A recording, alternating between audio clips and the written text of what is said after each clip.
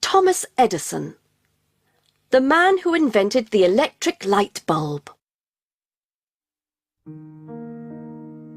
One day, I was poor. The next, I was rich. I brought light to cities and invented lots of new things. How did I do it? I worked hard. But I also had good luck. I met the right people at the right time.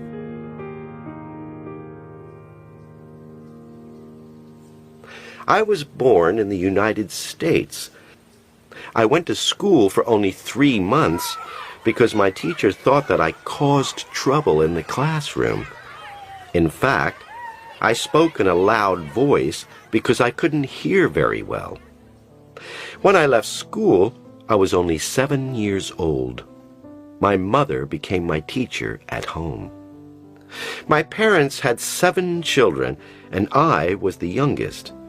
We didn't have much money, so when I was 12 years old, all my brothers and sisters worked. I decided to work too. I got a job on the railways, and I sold food and drinks on trains. One day, I was at Mount Clemens Station when I saw a little boy on the railway. There was a train coming, and I ran to save him.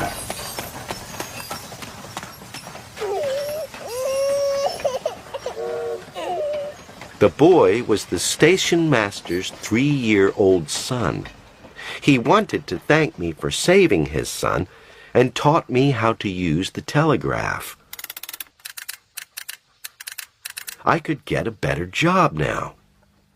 From 1863 to 1867, I worked as a telegraph operator. I liked machines, and I sometimes did experiments. When I was 19, I had a job at the Western Union Company in Louisville. One day, I was trying an experiment when I spilled acid in the office and lost my job.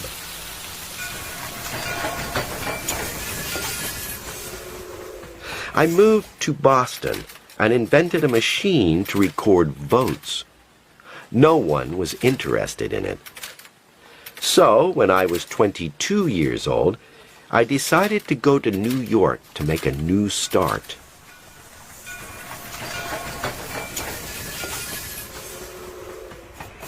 I knew one person in New York, so I went to see him. I haven't got a job, and I need some money. Could I borrow some from you? I asked. He was surprised. I can only lend you $1, he said. I took the $1 and promised to give it back. This $1 changed my life. I was hungry and weak, so I used the $1 to buy a meal. I felt much stronger after my meal, and I went out to look for a job. I talked to a few people. One of them was Franklin Pope. He worked for the Gold Indicator Company, and he showed me the company's building. I stayed in the battery room that night. The next day, I studied the company's machines. The third day was my lucky day. There was a machine that sent important information to the gold exchange. Suddenly, it stopped working. The people in the company didn't know what to do, but I knew what to do. I repaired the machine. Dr. Samuel Laws from the Gold Exchange heard of my work. He offered to pay me $300 a month to repair their machines. I was able to pay the $1 back. Soon, the president of the Gold and Stock Telegraph Company also heard of my work. "Can you repair the machines in our company?" he asked me. $3,000 or $5,000 a year was good pay for the job, but he offered me $40,000. I was lucky once again. This was the start of my career as a businessman and inventor. I moved to New Jersey, and I opened several telegraph companies with Franklin Pope. In 1870, Mary Stilwell got a job in one of my companies. We got married the next year and had 3 children. I was happy to have a family, but I didn't have much time to be at home. I had a lot of ideas for new inventions.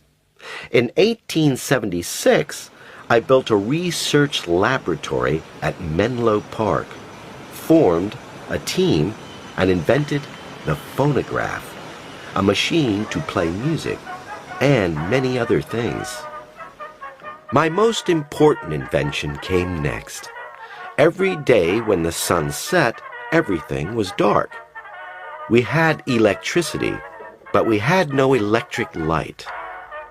After a lot of experiments and hours of hard work at the laboratory, we invented the electric light bulb, the round glass object that produces light.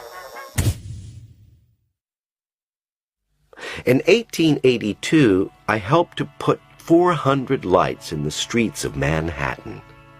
New York got a new name, the city that never sleeps. I brought light to homes, hospitals, offices, factories, and schools. It was the beginning of the 24/7 lifestyle, 24 hours of light, 7 days a week. Then, a sad day arrived in my life. In 1884, my wife became ill and died. But 2 years later, I got married to Mina Miller and had 3 children. At work, it was a time of success. I started more companies and invented more things. I got 1 patent every 10 days. There were 1,093 in total. Then hard times came again. In 1913, a big fire destroyed 13 of our buildings. The next year, the First World War started in Europe.